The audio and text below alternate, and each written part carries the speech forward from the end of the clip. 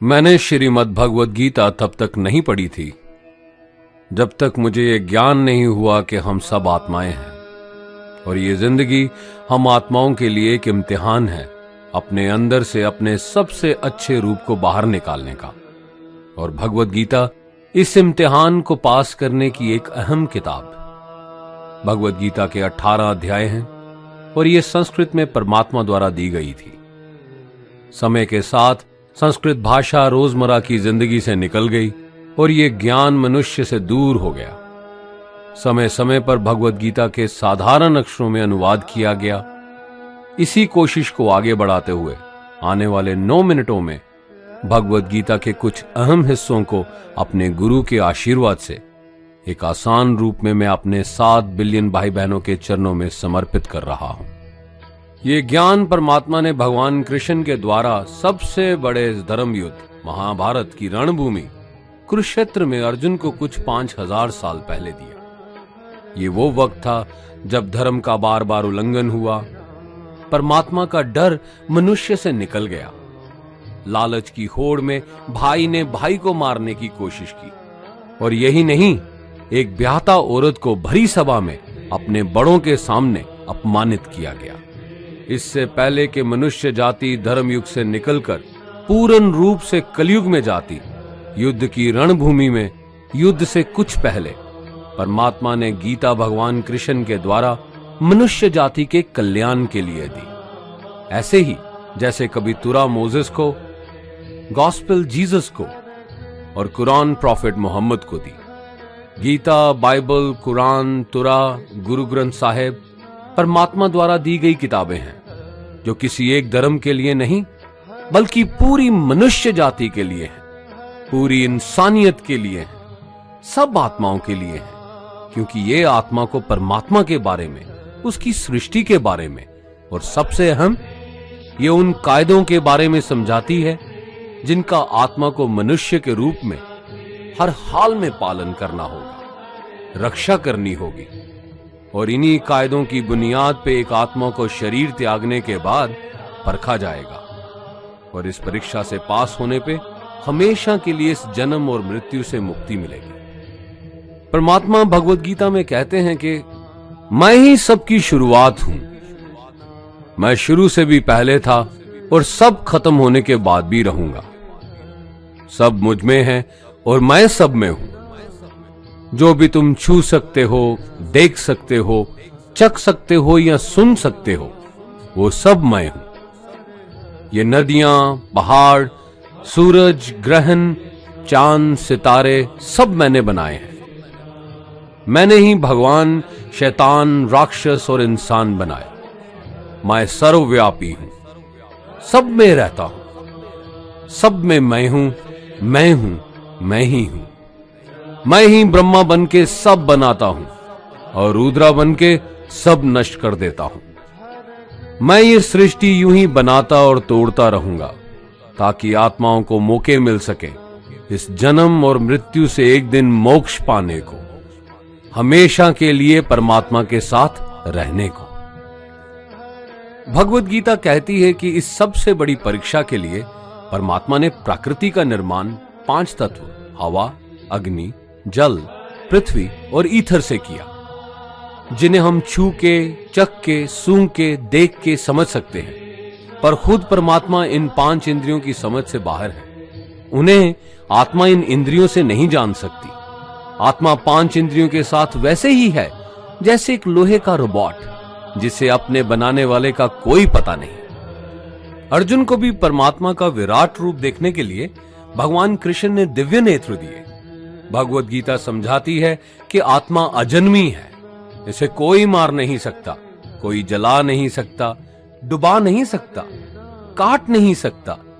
लेकिन आत्मा को परमात्मा के साथ हमेशा रहने के लिए ये परीक्षा रूपी जीवन में बैठना ही पड़ेगा। इस परीक्षा के लिए परमात्मा से बिछुड़ के आत्मा को पृथ्वी पे किसी ना किसी रूप में जन्म लेना पड़ता है और 88 करोड़ जोनियों को जीने और भोगने के बाद एक आत्मा को मनुष्य का शरीर और दिमाग मिलता है इस सबसे बड़ी मर्यादाओं की परीक्षा में बैठने के लिए।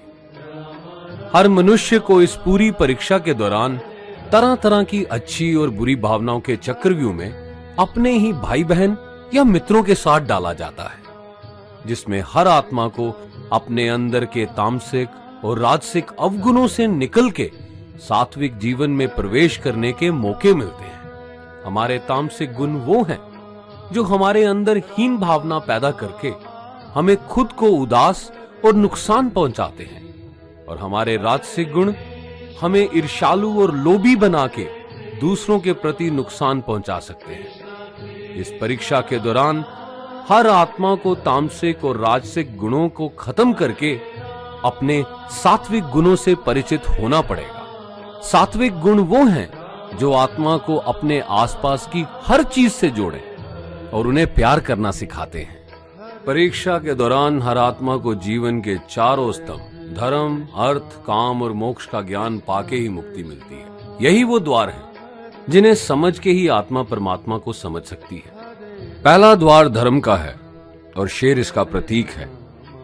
धर्म वही है जो गीता में लिखा हुआ है, वेदों में लिखा हुआ है, गुरु ग्रंथ साहिब, बाइबल या कुरान में लिखा है। धर्म वही है जो धारण किया हुआ है, जिसे आपका दिल मानता है, जैसे झूठ नहीं बोलना, चोरी नहीं करना, भगवान का निरादर नहीं करना, दूसरों को नुकसान नहीं देना, यही सब धर्म है। और हर आत्मा को अपने जीवन काल में हर समय धर्म का पालन करना होगा और उसकी रक्षा करनी होगी। दूसरा द्वार अर्थ का है और घोड़ा इसका प्रतीक है। हर आत्मा अपने हर जीवन काल में अपने पृथ्वी पे होने का अर्थ या मूल कारण समझेगी।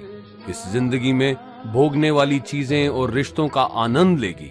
अच्छा बेटा या अच्छी बेटी, अच्छा भाई या अच्छी बहन, अच्छा पति या अच्छी पत्नी बनके हर दुनियावी रिश्ते पर खरी उतरेगी और इस परीक्षा को पास करेगी।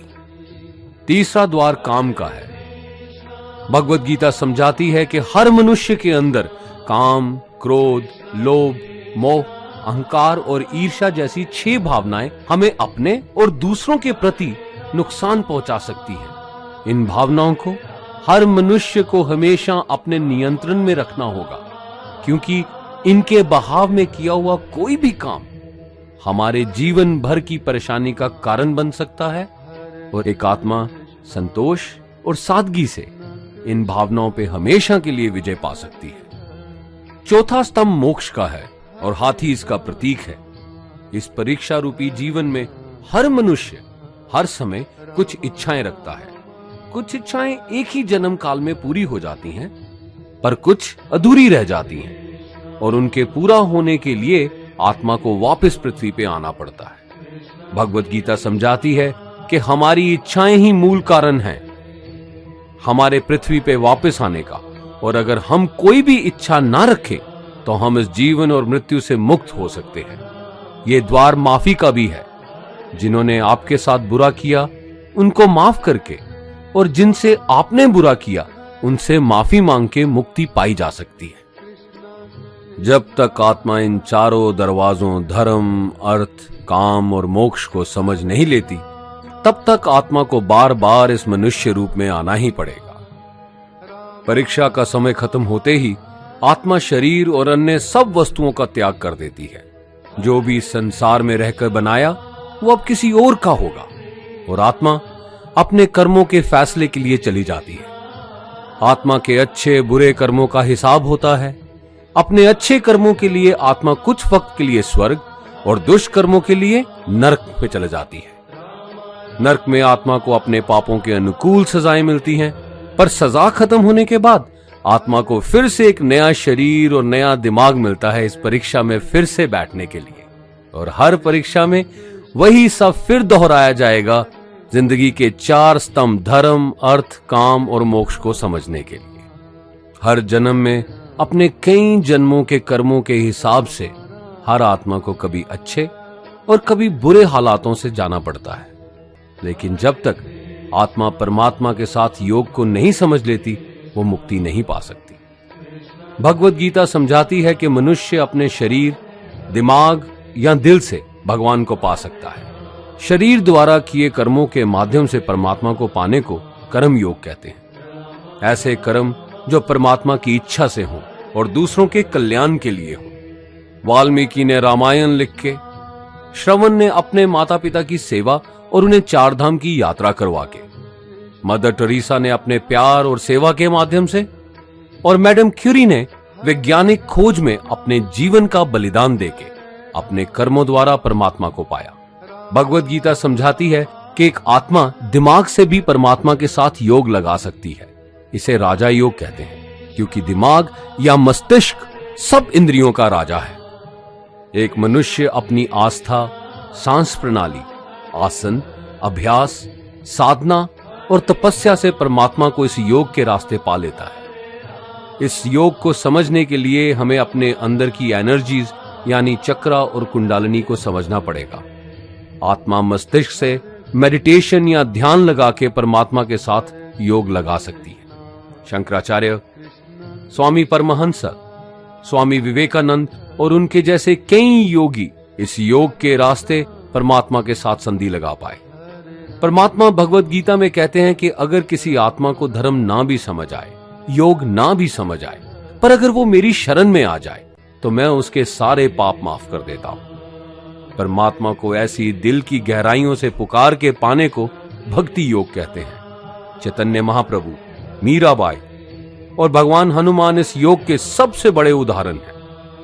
लेकिन कभी आत्मा अपने होने का मूल कारण भूल के धर्म का उल्लंघन करे या पाप के रास्ते पे निकल जाए तो उसे ठीक करने के लिए परमात्मा खुद किसी रूप में पृथ्वी पे जन्म लेते हैं। आइए श्री भगवत गीता, गुरु ग्रंथ साहिब, तुरा, बाइबल, कुरान या ऐसी किसी भी दीनी किताब को पूरा पढ़ के इस जिंदगी के असली मायने समझें और परमात्मा के साथ योग लगाएं। अगर आपने इसे पसंद किया तो इसे औरों को बांटिए, ताकि सब आत्माएं अपने यहां होने का मूल रूप समझ सकें और इस जन्म और मृत्यु से मुक्ति पाके हमेशा परमात्मा के साथ रह सकें। धन्यवाद।